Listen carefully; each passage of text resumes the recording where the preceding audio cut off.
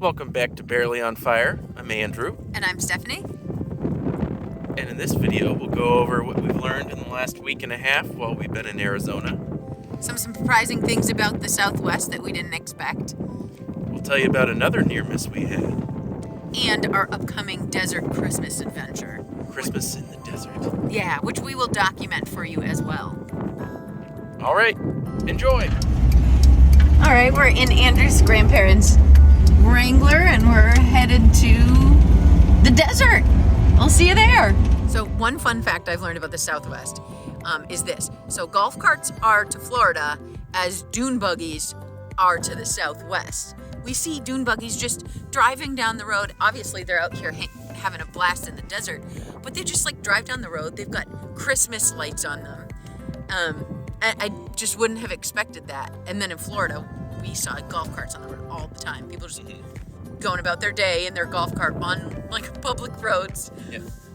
And then probably right about here, we'll show you a picture of the light Christmas light parade that we had coming through. Merry Christmas!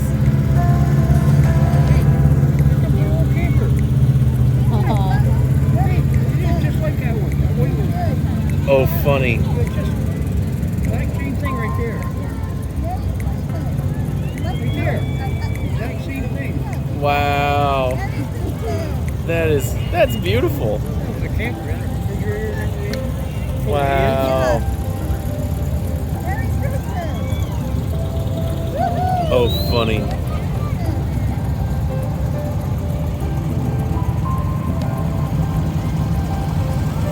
Yay! Yeah, there are.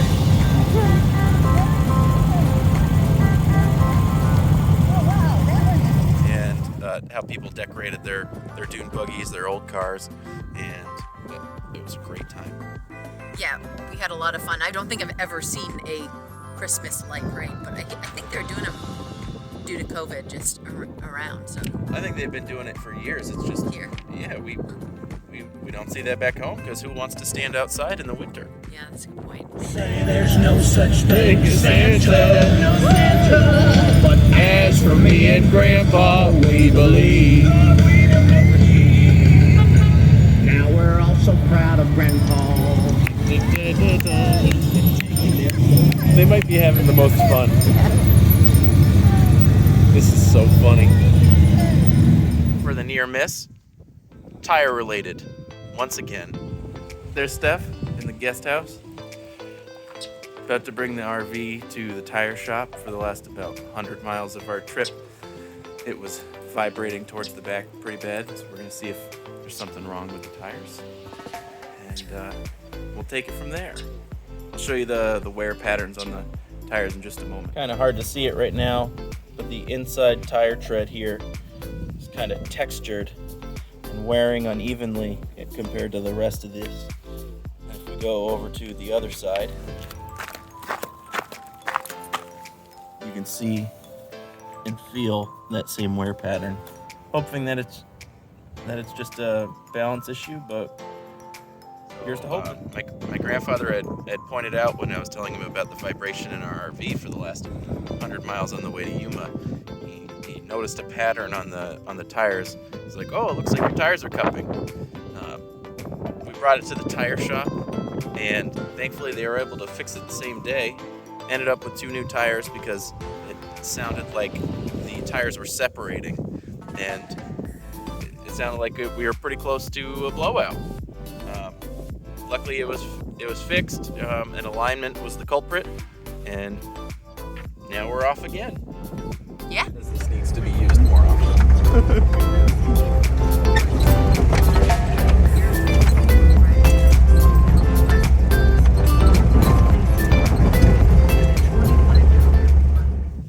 So you'll see behind us the Jeep, which we've been having a blast with, off-roading a little bit in the desert. Look at us go.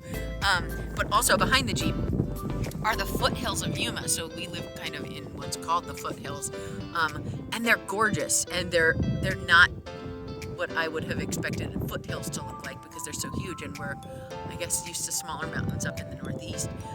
But I think we showed you last week that we hiked up. What was the name of the path? The trail? Telegraph Pass. Telegraph Pass, and we're hoping to do that again. And it seems like there's some pretty cool hiking trails that aren't too far away, which is one of the things that we can enjoy in the middle of COVID, as well as off-roading in the Jeep, I guess. And hopefully this weekend we'll get some Christmas hiking in. Yes. So we'll show you that. A quick photo of the BLM land we'll be at on Friday. One really cool thing that we did this last weekend was we took a trip up to the Valley of the Names over in California. And apparently it started in the 30s where people would pick up a whole bunch of rocks and set their names out with the year that they did it as well. Yeah, and you can actually go on Google Maps. Of course, we just put our names in, at Valley of the Names, so we won't be on Google Maps until they update it. But you can go right on Google Maps, and if you have the coordinates, which we did save, you can go back and look at either yours or, go see other folks who have been there. It's really cool. It's really expansive, and it's got really beautiful views. We had ours is kind of, you have a view of Picacho Peak in the background of where we set ours up, but there's like panoramic views of these beautiful like mountains and peaks, and it's really, really cool to see all of the names. Like you go over each dune and there's like hundreds of names there. Really cool. If you want to check it out, just look up Valley of the Names in Google Maps, and then if you go to the satellite view, it'll show you. I think the last updated picture was must have been 2017. Cool.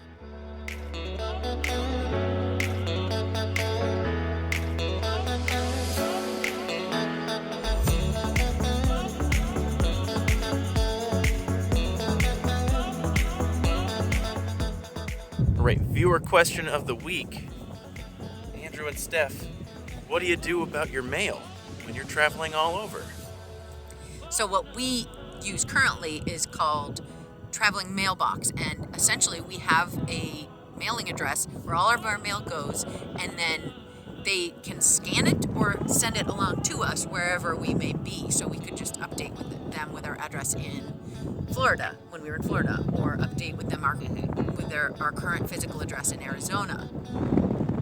What we've learned is that you very rarely actually need physical mail for anything. What they do is they shred a whole bunch of the spam mail before it even gets to us. It's made it a lot easier for us to have less waste, and it's been really convenient. And one of our favorite things to think about is how can we get rid of negatives in our life. And so one easy way that naturally has come of this is that we don't get junk mail that we have to then recycle. It just never even comes in, which is so convenient. When you get rid of all the junk mail, you rarely have any mail at all. A must-do is getting a date shake at the date gardens while you're in Yuma. One thing we've learned about the desert, in December, it is cold out here. Right now, it's probably in the low 50s. It's been about 40 degrees every single night since we've been here. And this is the first place that we've used the heat in our RV. And cold is relative. I imagine that people watching from back home in Vermont are like, yes, that's not cold, folks. I won't complain about it because it's much better than what it was back home. But it's a little windy here, as you can hear, and 50 degrees. I haven't gotten warm in days. Apparently, a number of movies, including Star Wars, have been filmed in these dunes outside of El Centro, California. Be sure to follow us on Facebook. We also have an Instagram as well that's updated daily or so with pictures of our adventures. Thanks again for joining us. Next episode, we'll go over boondocking and our desert Christmas. And that'll be our first time using the Bureau of Land Management, BLM land, talking on that. So that's exciting. So if you would like to get notifications of our upcoming videos, you can subscribe and hit the little bell link, and it will let you know when we post our desert Christmas video, which will be our next one coming through. Make sure to ask us questions. Maybe you'll be our next question of the week. Oh, we got the Grinch. Whoa! Merry Christmas!